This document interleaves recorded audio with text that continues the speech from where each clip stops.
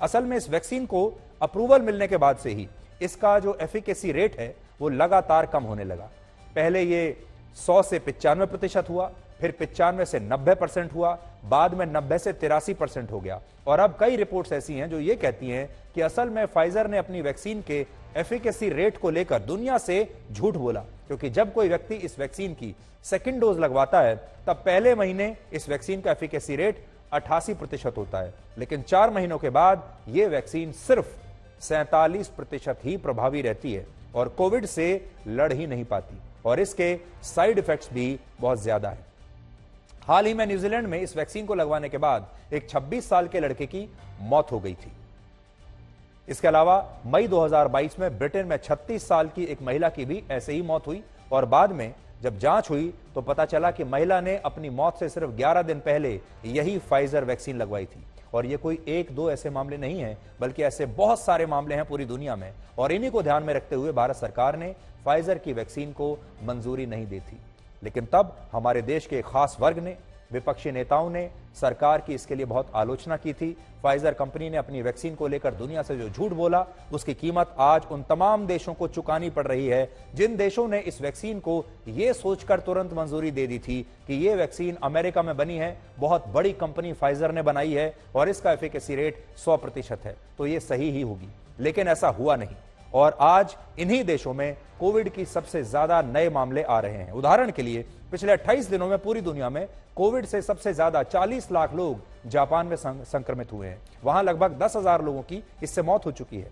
Japan वही देश है जहां फाइजर वैक्सीन की 40 करोड़ डोज लगी है, जबकि जापान की कुल आबादी 12.5 करोड़ है। सोचिए, जापान में लोगों ने फाइजर की 1 से ज्यादा डोज लगवाई, इसके बावजूद वहां लोग इस वायरस से आज भी संक्रमित हो रहे हैं, मर रहे हैं। इसी तरह अमेरिका में फाइजर की 57 करोड़ डोज लगी, लेकिन वहां पिछले 28 दिनों में 13,000 से ज्यादा लोग कोविड से मर चुके हैं। इसी तरह दक्षिण कोरिया और ब्राजील में इस समय सबसे ज्यादा कोविड के मामले आ रहे हैं, और इन देशों में भी फाइजर की सबसे ज्यादा वैक्सीन लगी है।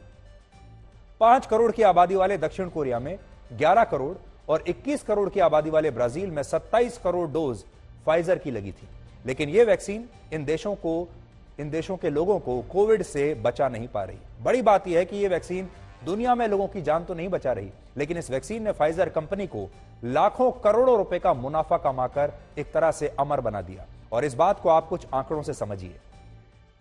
फाइजर कंपनी अब तक दुनिया के 181 देशों को 400 करोड़ वैक्सीन की डोज दे चुकी है। सोचिए, 181 देश 400 करोड़ डोज खरीद चुके हैं। भारत, ये दुनिया के नक्शे पर आप देखिए, जो आपको नीले रंग से जो दिखाई दे रहा है हिस्सा, ये वो देश हैं जिन्होंने फाइजर की वैक्सीन खरीदी। वैक्सीन आने से पहले 20 मार्च 2020 को इस कंपनी के एक शेयर की कीमत भारतीय रुपए में आज के हिसाब से 2,232 रुपए थी, जो दिसंबर 2021 में बढ़कर 4,832 हो गई। लेकिन जब इस वैक्सीन का सच दुनिया को पता चला तो अब इसके एक शेयर की कीमत वापस घटकर 3,652 रह गई है। इसके अलावा फाइजर कंपनी अब तक दुनिया को 3,03,000 करोड़ रुपए की वैक्सीन बेच चुकी है। सोचिए, 3 लाख करोड़ रुपए की वैक्सीन एक अकेली कंपनी ने बेच दी। वैक्सीन आने से पहले वर्ष 2020 में इस कंपनी का नेट प्रॉफिट यानी मुनाफा लगभग 75,000 करोड़ था, लेकिन वैक्सीन के बाद यह सीधे बढ़कर 2 लाख करोड़ रुपए हो गया। 75,000 करोड़ से 2 लाख करोड़। इसके अलावा 2021 में फाइजर का टोटल रेवेन्यू 6,65,000 करोड़ था, जो 2022 में 8 लाख करोड़ रुपए हो गया। यानी इस वैक्सीन ने दुनिया को मौत दी और फाइजर को मुनाफा ही मुनाफा दिया।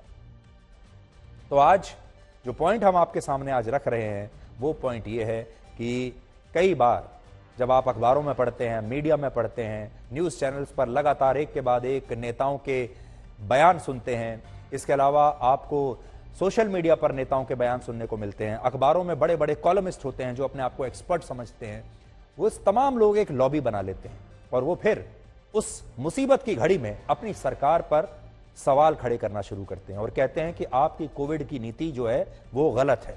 और जिस समय हम सबसे ज्यादा मुसीबत के दौर में थे तब ये पूरी की पूरी लॉबी भारत में ये मांग कर रही थी कि फाइजर की वैक्सीन तो यहां होनी ही चाहिए, और तब भारत सरकार ने इसे एंट्री नहीं दी थी। आप सोचिए कितना मुश्किल फैसला ये रहा होगा। लेकिन आज आप देखिए, उन तमाम देशों में जहां फाइजर लगी, आज वहां पर कोविड के मामले दोबारा से आ रहे हैं, आज वहां पर फिर से लोग मर रहे हैं और अगर आप अपने देश की बात देखेंगे आज, तो आपको दिखाई देगा कि हमारे देश में अब कोविड लगभग समाप्त हो चुका है। आप और हम आज नॉर्मल जीवन जी रहे हैं। आज शायद हम मास्क भी नहीं लगाते और हमारे देश में अब जो नए मामले आ रहे हैं कोविड के, वो भी बहुत कम आ रहे हैं, मामूली आ रहे हैं, और ना ही उसके कोई आपको ऐसा दिखाई देगा कि कोई गंभीर मामले आ रहे हैं जिसमें लोगों को अस्पताल में जाना पड़े। भारत में फाइजर की वैक्सीन नहीं लगी थी।